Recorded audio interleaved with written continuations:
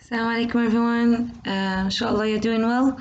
Inshallah today we're going to be talking about something new. We're going to be talking about performing Hajj in Islam. As you know, Hajj is a very important pillar of Islam and it's an obligation on every Muslim. We're going to talk about some new aspects today. I'm going to talk about the obligatory acts of Hajj, how we perform Hajj, and we're going to have a quick look at how the Prophet Muhammad himself performed Hajj. Okay, to start off with, when we are doing Hajj, there's some main things that we have to do. As you can see at the top, it says we dress up in ihram. So there's special clothes to wear, especially for men. They can't wear anything that has any sewing in. They have to. Everyone has to stand on Arafat, Waqfat Arafat. There's actually a hadith of Prophet saying Al-Hajj Arafah, showing how important standing on Arafah is. Making tawaf around the Kaaba, also going between Safa and Marwa. Now, also there are other parts where the Muslims have to stone the devil, stoning, and offering a sacrifice, udhiyah. And when they finish the Hajj, they have to shave the head or cut some hair. Now we're going to go through some basic information on each one, inshallah. Entering the state of ihram. Now, what does it mean to enter the state of ihram? Now, when a Muslim enters the state of ihram, it's like they're saying, okay, from now on, I'm in a new state. There are things that I could do before that I'm not allowed to do anymore. So you're entering something new. You know, like when you start prayer, we say that the first takbir is called takbirat al-ihram. Can we eat in prayer? No. Can we drink? No. Can we talk? No. But you can do these things outside of prayer, yes? But once you enter prayer, you're entering a new state. The same thing with Hajj. Once you enter the state of ihram, you're entering a new state. There are things that you could do before that you're not allowed to do anymore, such as wearing, for men, they can't wear clothes with sewing in them. And there's a note at the top here saying, as after we express our intention to enter the state of ihram, we must be careful to stay away from the things that are banned in the state of ihram. And it should remind us, the saying should remind us of death and that we're all equal in the sight of Allah. Especially for men, they're just wearing this cloth, this white cloth. And there's no sewing on it, there's no fancy clothes, nothing. And it sort of reminds us of death, because when we die, when we're going to go down to the grave with nothing, maybe just a piece of cloth that surrounds our body, and that's it. So it sort of reminds us, it humbles us, and reminds us of the day that we have to return to Allah subhanahu wa ta'ala. Now, when we enter the state of ihram, men, they have to, as we said, they have to take the normal clothes off, and they wear a seamless white cloth made up of two pieces. It's the libs al-ihram, or the ihram dress. For women, there's no special dress that they have to wear, but they should make sure that they're wearing clothes that conform to the obligations of hijab, and they shouldn't be wearing anything fancy or eye-catching or anything like that. Now, there's something called miqat. What is miqat? Imagine the Kaaba, and imagine there are places surrounding the Kaaba, okay? And people are coming from all over the world. They're coming to the Kaaba to perform Hajj. Now, before they get to the Kaaba, there's like these stops. We call them the miqat. If someone's coming for Hajj, they're not allowed to pass that miqat, or that place, unless they are in the state of ihram. So basically, when we reach the miqat, we get in the state of ihram, and then we continue our journey. It's like it symbols the beginning of the journey. And there are different places, because you imagine there are people coming from all over the world. So there are different places depending on which country you're coming from. Sometimes people, even in the airplane, they know, okay, now we're passing that place where we have to make ihram, so they start to get on their clothes and get ready inside the airplane. So it depends on where you're coming from. There are 5 places. The names are written here. I'm not going to say all of them. You can read them yourself. Qarn al-Manazil, Dhul Hulayfa, and so on. So you have to make the intention for Hajj or Umrah before, or when you reach this miqat, before continuing your journey. Obviously, we know any deed you want to do as a Muslim in Islam, you have to have the intention for it. If you don't have the intention, it's not going to work. Now, what are the things that we are not able to do in the state of Ihram, or some of the things that are not allowed? Sexual relationships between husband and wife, not allowed. Cutting nails, not allowed. Shaving the hair, not allowed. Cutting or picking plants in or around Mecca, or hunting for animals, it's not allowed. Putting on perfume, it's not allowed. And wearing sewn clothes for men, as we said before.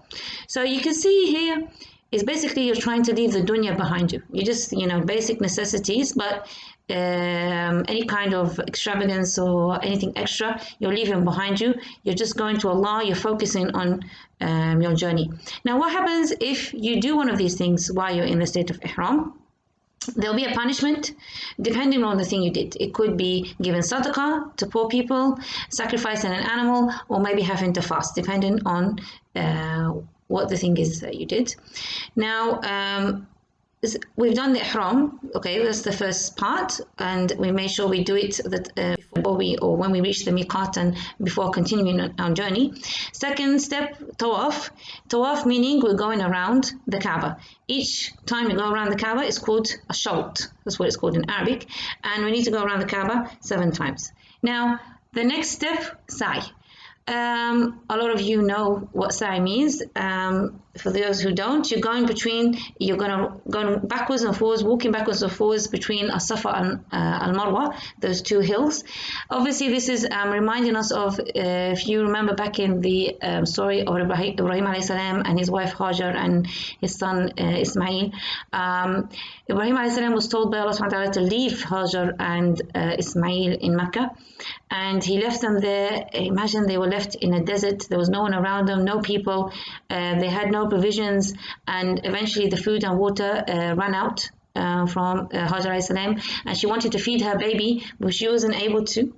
So did she just sit there and cry? No, she did whatever she could do, and the only thing she could think of at the time was looking around, going up to the top of the hills and looking, seeing if she can find anything. And she didn't give up after going the first time or the second time. She kept going backwards and forwards, backwards and forwards, backwards and forwards, until eventually after 7 times Allah subhanahu wa ta'ala blessed her when Angel Jibreel came down, and the well of Zamzam helped her to see the well of Zamzam, and the water came and she was able to feed her baby and all of that. So this is reminding us of this hardship that Hajar alayhi salam went through. It's just a side note here. It shows you how Islam honors women and honors mothers, and we're still doing a ritual from that time until the day of judgment because of what Hajar went through. We're going between Safa and Marwa, remembering the suffering that she went through. This is just something, a note on the side. Now, next step, waqfa. As we said, standing on Arafah, Mount Arafah. This is a very big part of Hajj. As I said, it was mentioned in Hadith, Al-Hajj Arafah is very important. The people in Ihram, the people doing Hajj, they stay there from noon until sunset, and it's called Waqfat Arafah. It sort of reminds Muslims of the day of Day of Judgment, when we all have to stand in front of Allah in Ard al-Mahshar, in this big place, and we're all standing there in anxiety, waiting for our questioning. On Arafah is inshallah, and Allah is said that it's the day of answering dua. So, and inshallah, Allah will answer the du'as of the people standing on Arafah. So what people usually do on that day, they spend as much time as they can making dua and asking Allah to accept their dua and asking Allah to accept their Hajj. And if Allah accepts from them, it's as if Allah, inshallah, Allah has accepted the Hajj from them. So this is very important. After the Waqfa on Arafah, the pilgrims go to Muzdalifah. They spend the night there, and they start collecting pebbles, and they use these pebbles to stone the devil. Maybe you've seen pictures of it or videos of it. Inshallah, there's going to be a supplementary video that I'm going to add that you can have a look at, so you can see the steps of Hajj. So they stone the devil, and it's trying to why do we do this? It's trying to teach Muslims that our biggest enemy, and remind us that our biggest enemy is the devil. He hates us the most. He wants to see us in the bottom of the hellfire. So this ritual is reminding us Okay, welcome back. So yes, as you were saying, stoning the devil or throwing these pebbles reminds us of that the devil is our biggest enemy. The pebbles are thrown at 3 posts. 7 pebbles are thrown at each one, 1 small, 1 mid-size, and 1 big one. On the first day of Eid, 7 pebbles are thrown at the big one. On each of the following days, 21 pebbles are thrown each day, 7 pebbles at each of the 3 stations. So basically, you're going to 7 pebbles are thrown at each one of those stations. There was a picture at the bottom. You can see here. That's what they're going to throw the pebbles at, representing stoning the devil. So it's like we're declaring war on our biggest enemy, the devil. And inshallah, and when people come out of Hajj and after this amazing ritual, it will be stuck in their heads and they will carry that on for the rest of their lives, remembering not to follow the path of the devil. Now, after stoning the devil, we're going to do the sacrifice, udhiyah. This is you're starting to exit the state of ihram now, and you're showing your gratitude to Allah subhanahu wa ta'ala for allowing you to do Hajj and allowing you to have this great blessing. It's just something small, but it's like a sacrificing from your wealth. Like throughout the journey of Hajj, you sacrifice your efforts and your time, and you've left your family and all behind. And sacrifice the udhiyah is like you're sacrificing part of your wealth as well. Number 7, now this is a time when we're going to exit or almost exit ihram. You shave the head or have a haircut. The women can just cut a few hairs. They don't have to cut their hair short, just a little bit. But men they should either shorten their hair or shave it off completely. I'm sure you've seen a lot of men coming back from Umrah and Hajj and they have their heads shaved. Now, when a Muslim finishes Hajj, it doesn't mean now that they can go back and do anything bad that they were doing before. Just like when we finished Ramadan. Some people, unfortunately, well, the last day of Ramadan, the first day of Eid, if they've been the whole Ramadan, they've been stopping themselves from being in a haram relationship or watching things they shouldn't watch or whatever. As soon as Eid comes, now they feel like, okay, it's party time. I can get back to what So instead of Eid, a celebration of the good things you do, it's like you're celebrating the devil coming back. It shouldn't be like that. When we finish our Hajj, we don't know if Allah has accepted it or not. We don't know if all the sins have been wiped off or not. So we need to try our best to keep on the right path and to keep on making dua that Allah accepts from us the Hajj we did, and we don't want to spoil it as soon as we finish Hajj. Now, the Hajj of the Prophet Muhammad ﷺ. It was a very special Hajj. Prophet ﷺ only did Hajj once. And it was almost just before he died. That's why it is called also Hajjat al-Wada' or the farewell Hajj. They go through here the steps that the Prophet ﷺ did. It's the same as the steps we just talked about. But also, what was very special in this Hajj, the Prophet ﷺ told his Sahaba that he was going, and he told the people around that he was going. And eventually, the amount of people that came and responded to Hajj on that day, there was around 124,000 of the Sahaba. So it's a huge number. And Hajjatul Wada, in the Hajjatul Wada, he gave a very special speech, a very special sermon, and he went through some very important topics, and it was related by so many people. So this is very highly, it's very authentic. We have the record of it, everything he said. Let's go through some of the things he said on that day.